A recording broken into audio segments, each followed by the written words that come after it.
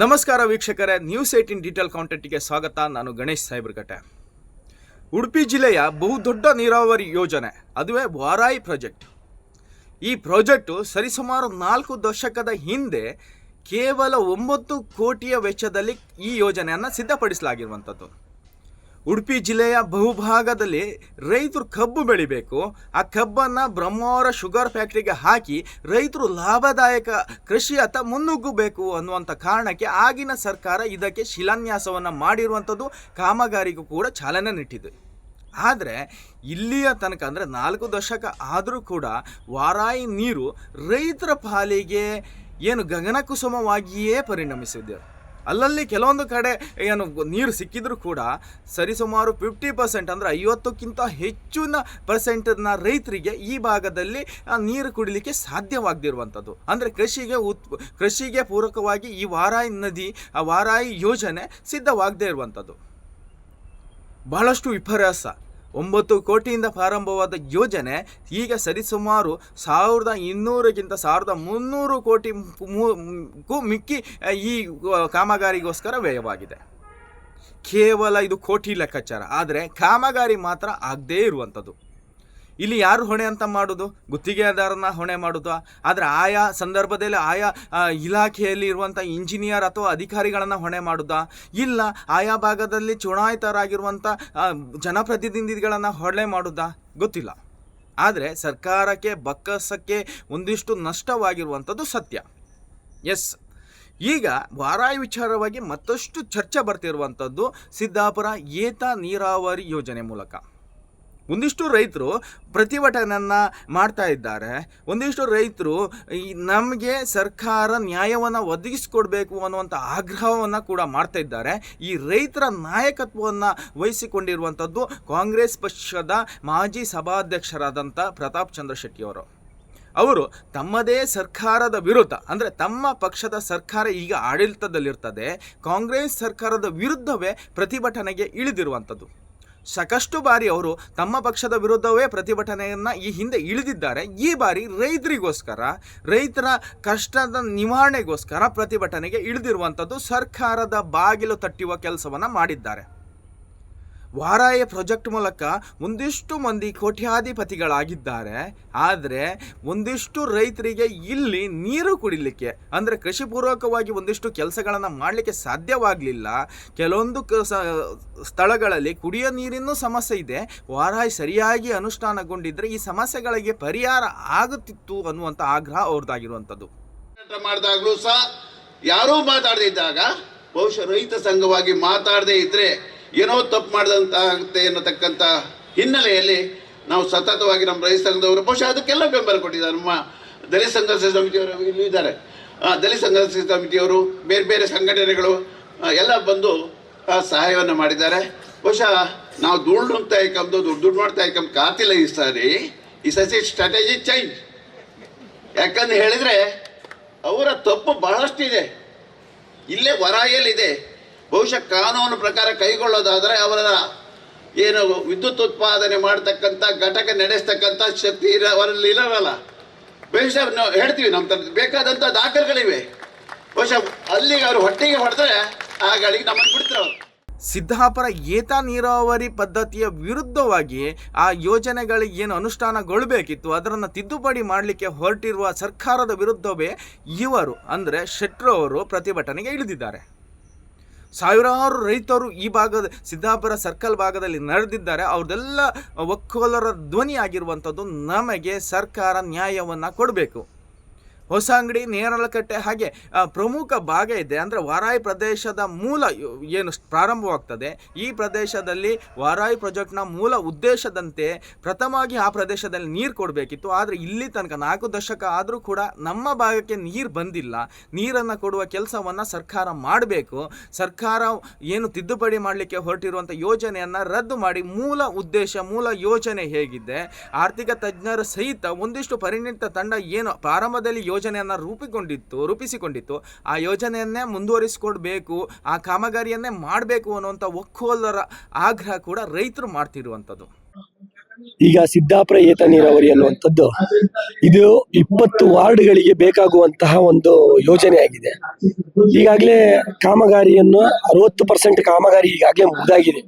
ನೀವು ನಿಮ್ಮನ್ನ ತೋರಿಸಿದ್ದೇನೆ. ಆಲ್ಮೋಸ್ಟ್ ಆಗಿ ಪೈಪ್ಲೈನ್ಸ್ ಕಾಮಗಾರಿ ಅನ್ನುವಂಥದ್ದು ಎಲ್ಲ ಕಡೆ ಆಗಿದೆ. ಎಲ್ಲಿ ತಾಂತ್ರಿಕವಾಗಿ ಕೆಲವು ತೊಂದರೆಗಳಿದಾವೆ, ವೈಲ್ಡ್ ಲೈಫಿನ ಪ್ರಾಬ್ಲಮ್ಗಳಿದಾವೆ, ಅಲ್ಲಿ ಮಾತ್ರ ಈಗ ನಿಂತಿರುವಂತಹ ಕೆಲಸ ಇದಾಗಿದೆ. ಅಷ್ಟು ಬಿಟ್ಟರ ಮೇಲೆ ಈಗಾಗಲೇ ಡ್ಯಾಮಿನಿಂದ ನೀರನ್ನ ಎತ್ತುವಂತ ವಿಷಯವಾಗ್ಲಿ, ಅಥವಾ ಶಿವಲಿಂಗಕ್ಕೆ ತೊಂದರೆ ಆಗ್ಲಿ, ಜಲಚರಗಳಿಗೆ ತೊಂದರೆ ಆಗ್ಲಿ, ಅಥವಾ ಕೆಳಭಾಗದ ರೈತರಿಗಾಗ್ಲಿ ತೊಂದರೆ ಕೊಡುವ ಉದ್ದೇಶಗಳು ಯಾವುದೇ ರೀತಿಯದು ಇಲ್ಲ. ಈಗ ಗೋಪಾಲ್ ಪೂಜಾರ್ ಈಗಾಗಲೇ ಕೊಟ್ಟಿರುವಂತಹ ಲೆಟರ್ ನಲ್ಲಿ 600 ಮೀಟರ್ ಕೆಳಗೆ ಇದನ್ನ ಮಾಡಿ ಅಂತೇಳಿ ಹೇಳ್ತಾ ಇದ್ದಾರೆ. 600 ಮೀಟರ್ ಕೆಳಗಡೆ ಡ್ಯಾಮಿನಿಂದ 600 ಮೀಟರ್ ಕೆಳಗೆ ಮಾಡಿದ್ರೆ ಆಗುವಂತ ಸಮಸ್ಯೆಗಳಂದ್ರೆ, ಒಂದು ಶಿವಲಿಂಗ ಹೊಳೆಯಲ್ಲಿ ಉದ್ಭವವಾಗಿರುವಂತಹ ಶಿವಲಿಂಗದ ಹತ್ರವಾಗ್ಲಿ ಅಥವಾ ಅದನ್ನ ಟಚ್ ಮಾಡುವಂತ ಕೆಲಸವೂ ನಮ್ಮಿಂದ ಮಾಡ್ಲಿಕ್ಕೆ ಆಗುದಿಲ್ಲ. ಒಂದು. ಎರಡನೇದಾಗಿ ಮೇಲ್ಗಡೆ ಎತ್ತುವಂತ ಎಷ್ಟು ನೀರು ಎತ್ತುತ್ತೇವೋ ಅಷ್ಟೇ ನೀರು ಕೆಳಭಾಗದಲ್ಲಾದ್ರೂ ಎತ್ತಲೇಬೇಕಾಗತ್ತೆ. ಆದ್ರೆ ಅದರಿಂದ ಕೆಳಭಾಗದವರಿಗೆ ಮತ್ತು ಅಷ್ಟೇ ನೀರಿನ ಪ್ರಾಬ್ಲಮ್ ಆಗಬಾರ್ದು ಅಂತೇಳಿ ಏನಿಲ್ಲ. ಈಗ ಗೋಪಾಲ್ ಪೂಜಾರಿ ಅವರು ಹೇಳ್ದಾಗೆ ಅವ್ರಿಗೆ ಆಗ್ತಾ ಇರುವಂತ ಸಮಸ್ಯೆಗಳು ಇದಲ್ಲ, ರೈತರ ಸಮಸ್ಯೆಗಳಲ್ಲ. ಅವರಿಗೆ ಒಂದು ಪವರ್ ಪ್ರಾಜೆಕ್ಟಿನ ಸಮಸ್ಯೆಗಳಿಂದ ಅವ್ರು ಈ ರೀತಿಯ ಸಮಸ್ಯೆಗಳನ್ನು ಮಾಡ್ತಾ ಇದ್ದಾರೆ. ಅದಲ್ಲದೆ ಇವ್ರು ಯಾವುದೋ ಒಂದು ಕಣ್ಣಿಗೆ ಬೆಣ್ಣೆ ಹಾಕಿ ಇನ್ನೊಂದು ಕಣ್ಣಿಗೆ ಸುಣ್ಣ ಹಾಕುವಂತ ಕೆಲಸವನ್ನ ಗೋಪಾಲ್ ಪೂಜಾರು ಸ್ಪಷ್ಟವಾಗಿ ಮಾಡ್ತಾ ಇದ್ದಾರೆ ಅಂತೇಳಿ ತೋರ್ತಾ ಇದೆ. ಅದು ಅಲ್ಲದೆ ಇವರು ಕೊಟ್ಟಿರುವಂತಹ ಲೆಟರ್ ಅನ್ನುವಂಥದ್ದು ಉಡುಪಿ ಉಸ್ತುವಾರಿ ಸಚಿವರಾಗಿರುವಂತಹ ಲಕ್ಷ್ಮೀ ಹೆಬ್ಬಾಳ್ಕರ್ ಅವರಿಗೆ ಕೊಟ್ಟು ಅದನ್ನೀಗ ಆ ಕೆಲಸವನ್ನ ಮಾಡ್ಬಿಟ್ಟು ಈಗ ತಡೆ ಹಿಡಿಯುವಂತ ಕೆಲಸವನ್ನ ಮಾಡಿದ್ದಾರೆ. ಎಸ್, ಯಾವ ಅಡೆತಡೆಗಳು ಈ ಭಾಗದಲ್ಲಿ ಬಂದಿರುವಂಥದ್ದು, ಆ ಯೋಜನೆ ಏನು, ಇದರೆಲ್ಲ ಬಗ್ಗೆ ಸಮಗ್ರವಾಗಿ ಮಾಹಿತಿಯನ್ನು ತಿಳ್ಕೊಳ್ಳುವಂಥ ಪ್ರಯತ್ನವನ್ನು ಮಾಡುವ. ಸಿದ್ದಾಪುರ ಏತ ನೀರಾವರಿ ನೀರಾವರಿ ಯೋಜನೆ ಏನಿದೆ, ಇದು 165 ಕೋಟಿ ರೂಪಾಯಿ ವೆಚ್ಚದಲ್ಲಿ ಪ್ರಾರಂಭಗೊಂಡಿರ್ತದೆ. ಹೆಚ್ಚುವರಿಯಾಗಿ 195 ಕೋಟಿ 195 ಕೋಟಿ ಕಾಮಗಾರಿಯಲ್ಲಿ ವರ್ಕ್ ಆಗ್ತದೆ. ಒಂದಿಷ್ಟು ಕಾಮಗಾರಿ ಈಗಾಗಲೇ ಆಗಿರುವಂಥದ್ದು, ಅಂದರೆ 50-60% ವರ್ಕ್ ಈಗಾಗಲೇ ಆಗಿದೆ. ಅಂದರೆ ಏನು ಹೋರಿಯಬ್ಬೆ ಡ್ಯಾಮ್ ಇದೆ ಅಲ್ಲಿಂದ ಹೊಸಂಗಡಿ ಭಾಗದ, ಅಂದರೆ ಆಯಾ ಭಾಗದ 35 ವಾರ್ಡ್ಗಳಿಗೆ ಸುಮಾರು 50,000ಕ್ಕೂ ಮೇಲ್ಪಟ್ಟು ಜನರಿಗೆ 1400 ಹೆಕ್ಟೇರ್ ಕೃಷಿ ಭೂಮಿಗಳಿಗೆ ನೀರು ಉಣಿಸುವ ಯೋಜನೆ ಇದಾಗಿರುವಂಥದ್ದು.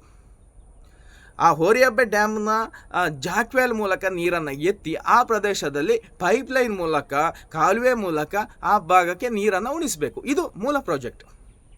ವರ್ಷಗಳೇ ಕಳೆದಿದೆ ಈ ಪ್ರಾಜೆಕ್ಟ್ಗಳು ಆರಂಭಗೊಂಡು. 50-60% ಕಾಮಗಾರಿಯೂ ಕೂಡ ನಡೆದಿದೆ. ಅಲ್ಲಲ್ಲಿ ಪೈಪ್ಗಳನ್ನು ಅಳವಡಿಕೆ ಆಗಿದೆ. ಕೆಲವೊಂದು ಭಾಗದಲ್ಲಿ ಸಣ್ಣ ಪುಟ್ಟ ಸಮಸ್ಯೆಗೋಸ್ಕರ ಪೈಪ್ ಲೈನ್ ಅಳವಡಿಕೆಗೆ ಬಾಕಿ ಇದೆ. ಆಮೇಲೆ ಒಂದಿಷ್ಟು ದಾಸ್ತಾನಿರುವ ಪೈಪ್ಗಳು, ಮೋಟ್ರುಗಳು ಇವೆಲ್ಲ ನಮಗೆ ಕಾಣಸಿಗ್ತದೆ. ಆದರೆ ಕೊನೆಯ ಗಳಿಗೆಯಲ್ಲಿ ಕೊನೆಯ ವರ್ಕ್ ಯಾವಾಗ ಸ್ಪೀಡ್ ಆಗೋ ಹಂತಕ್ಕೆ ಬಂತು ಆವಾಗ ಸರ್ಕಾರ ಒಂದು ನೋಟಿಸನ್ನು ಬಿಡುಗಡೆ ಮಾಡ್ತದೆ. ತಾತ್ಕಾಲಿಕವಾಗಿ ಈ ಯೋಜನೆಯನ್ನು, ಈ ಕಾಮಗಾರಿಯ ಪ್ಲ್ಯಾನನ್ನು ರದ್ದು ಮಾಡಿ, ಅಂದರೆ ಸ್ಟಾಪ್ ಮಾಡಿ ಅನ್ನುವಂಥ ಪತ್ರ ಬರ್ತದೆ.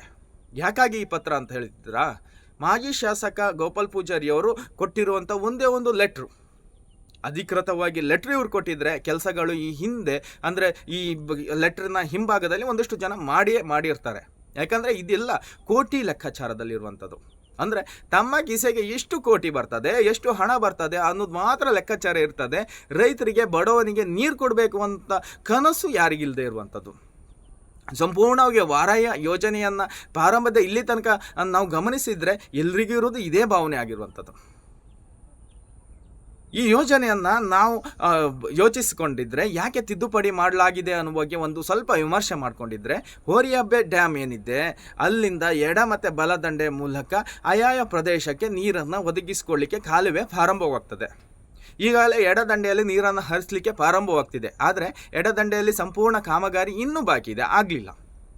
ಒಂದಿಷ್ಟು ನೀರುಗಳು ಹೊಳೆಯ ಹಾಗೆ ನದಿಯ ಮೂಲಕ ಸಮುದ್ರಕ್ಕೆ ಹೋಗ್ತಾನೆ ಇದೆ. ಪರಿಪೂರ್ಣ ಆಗಿದ್ರೆ ಒಂದು ಹನಿಯು ನೀರು ಸಮುದ್ರಕ್ಕೆ ಹೋಗಲಿಕ್ಕಿಲ್ಲ. ರೈತರು ಉಪಯೋಗಿಸಿಕೊಂಡು ಮಿಕ್ಕಿದ ನೀರನ್ನು ಮಾತ್ರ ಸಮುದ್ರಕ್ಕೆ ಹೋಗಬೇಕಿತ್ತು. ಇದು ಯೋಜನೆಯ ಮೂಲ ಉದ್ದೇಶ. ಆದರೆ ನಮ್ಮ ಭಾಗದಲ್ಲಿರುವ ನೀರುಗಳು ಯಥೇಚ್ಛವಾಗಿ ಸಮುದ್ರಕ್ಕೆ ಹೋಗ್ತಾ ಇದೆ. ಅದೇನಿರಲಿ, ಆದರೆ ಆ ವ್ಯಾಪ್ತಿ, ಅಂದರೆ ಮೂಲ ಪ್ರದೇಶ ಏನಿದೆ ಅಲ್ಲಿ ಜಾಕ್ವೆಲ್ ಮೂಲಕ ನೀರನ್ನು ಹೊಸಂಗಡಿ ಭಾಗಕ್ಕೆ ಹರಿಸಿದರೆ ಆ ಪ್ರದೇಶದಲ್ಲಿ ಒಂದು ಸ್ಥಾಪಿತಗೊಂಡಿರುವಂಥ ಜಲ ವಿದ್ಯುತ್ ಘಟಕಕ್ಕೆ ನೀರಿನ ಸಮಸ್ಯೆ ಆಗ್ತದೆ. ಆ ಜಲವಿದ್ಯುತ್ ಘಟಕ ಖಾಸಗಿಯವರದು. ಎಲ್ಲಾದರೂ ಅಲ್ಲಿಂದ ನೀರನ್ನು ಲಿಫ್ಟ್ ಮಾಡಿದರೆ ನಮಗೆ ನೀರು ಕಮ್ಮಿ ಆಗ್ತದೆ, ನಮ್ಮ ಜಲವಿದ್ಯುತ್ ಘಟಕ ನಡೆಸಲಿಕ್ಕೆ ಕಷ್ಟ ಆಗ್ತದೆ. ನಡೆಸಿದರೂ ಕೂಡ ನಮಗೆ ಎಣಿಸಿದ್ದಷ್ಟು ಲಾಭ ಇಲ್ಲಿ ಸಿಗುವುದಿಲ್ಲ. ನಮ್ಮ ಟರ್ನೋಲ್ ಅಂದರೆ ಆ ಜಲವಿದ್ಯುತ್ ಘಟಕ ರನ್ ಆಗಬೇಕಾದ್ರೆ 1100 ಕ್ಯೂಸೆಕ್ ನೀರು ಬೇಕು, ಅದಕ್ಕೆ ಕಡಿಮೆ ಆಗ್ತದೆ ಅನ್ನುವಂಥ ಏಕೈಕ ಕಾರಣಕ್ಕೋಸ್ಕರ ಎಲ್ಲ ನೀರುಗಳು ಕೂಡ ಜಲವಿದ್ಯುತ್ ಘಟಕದ ಮೂಲಕವೇ ಕೆಳಭಾಗಕ್ಕೆ ಬಂದು, ಅಂದರೆ ಮೂಲ ಉದ್ದೇಶದ ಪ್ಲ್ಯಾನಿನ 600 ಮೀಟರ್ ಅಂದರೆ ಅದಕ್ಕೆ ವಿಸ್ತೀರ್ಣದ ವ್ಯಾಪ್ತಿಯ ಡೌನ್ ಪ್ರದೇಶಕ್ಕೆ ಬಂದು ಅಲ್ಲಿ ಒಂದು ಡ್ಯಾಮ್ ನಿರ್ಮಿಸಿ ಅಲ್ಲಿಂದ ಲಿಫ್ಟನ್ನು ಮಾಡಬೇಕು ನೀರನ್ನು ಅನ್ನುವಂಥ ಯೋಜನೆಯಿಂದ ಈ ಮೂಲ ಯೋಜನೆಗೆ ತಡೆಯನ್ನು ನೀಡಲಾಗಿರುವಂಥದ್ದು. ಎಸ್, ಮೇಲಿಂದ ನೀರು ಕೆಳಗೆ ಬಂದರೆ ಏನು ಸಮಸ್ಯೆ ಇಲ್ಲ. ಆದರೆ ಅಲ್ಲಿ ಒಂದು ಕಾನೂನಿನ ತೊಡಕಿದೆ. ಕೆಳಭಾಗದಲ್ಲಿ ಅರಣ್ಯ ಇಲಾಖೆ ರಕ್ಷಿತಾರಣ್ಯ ಇರ್ತದೆ. ಈ ಪ್ರದೇಶದಲ್ಲಿ ನೀರನ್ನು ಅಥವಾ ಒಂದಿಷ್ಟು ಕಾಮಗಾರಿ ಮಾಡಲಿಕ್ಕೆ ಸಮಸ್ಯೆ ಇರ್ತದೆ. ಯಾಕೆಂದರೆ ಅರಣ್ಯ ಇಲಾಖೆ ಅಷ್ಟು ಸುಲಭದಲ್ಲಿ ನಮಗೆ ಪರ್ಮಿಷನ್ ಅಂದರೆ NOCಯನ್ನು ಕೊಡುವುದಿಲ್ಲ. ಅಲ್ಲಿ ಕಾನೂನಿನ ಸಮಸ್ಯೆ ಆಗ್ತದೆ. ವರ್ಕ್ ಅಲ್ಲಿಗೆ ಅರ್ಧಕ್ಕೆ ಸ್ಟಾಪ್ ಆಗುವ ಸಾಧ್ಯತೆ ಅತಿ ಹೆಚ್ಚು ಇರುವಂಥದ್ದು. ಯಾಕಂದರೆ 50% ಕಾಮಗಾರಿ ಆಗಿದೆ, ಕೋಟಿಗಟ್ಟಲೆ ಅನುದಾನ ಕೂಡ ಪಡ್ಕೊಂಡಾಗಿರುವಂಥದ್ದು. ಸರ್ಕಾರಕ್ಕೆ ಬಕ್ಕಸಕ್ಕೆ ನಷ್ಟ ಆಗ್ತದೆ. ಯಾರೋ ಒಬ್ಬ ಸಣ್ಣ ಸ್ವಂತಕ್ಕೋಸ್ಕರ ಒಂದಿಷ್ಟು ಸರ್ಕಾರಕ್ಕೆ ಬಕ್ಕಸಕ್ಕೆ ತೊಂದರೆ ಆದರೂ ಕೂಡ ತೊಂದರೆ ಇಲ್ಲ ಅನ್ನೋ ಕಾರಣಕ್ಕೆ ಈ ಯೋಜನೆಯನ್ನು ಮಾಡಲಾಗಿರುವಂಥದ್ದು. ಈ ಆಲೋಚನೆಯನ್ನು ಕೂಡ ಮಾಡಲಾಗಿರುವಂಥದ್ದು. ಕೆಳಭಾಗದಿಂದ ನೀರು ಲಿಫ್ಟ್ ಮಾಡಿದರೆ ಅತಿ ಹೆಚ್ಚು ನೀರು ಮೇಲ್ ಡ್ಯಾಮಿಂದ ಕೆಳಗೆ ಬರ್ತದೆ, ಅಲ್ಲಿ ವೇಸ್ಟ್ ಆಗೋ ಸಾಧ್ಯತೆಯೂ ಕೂಡ ಇರ್ತದೆ.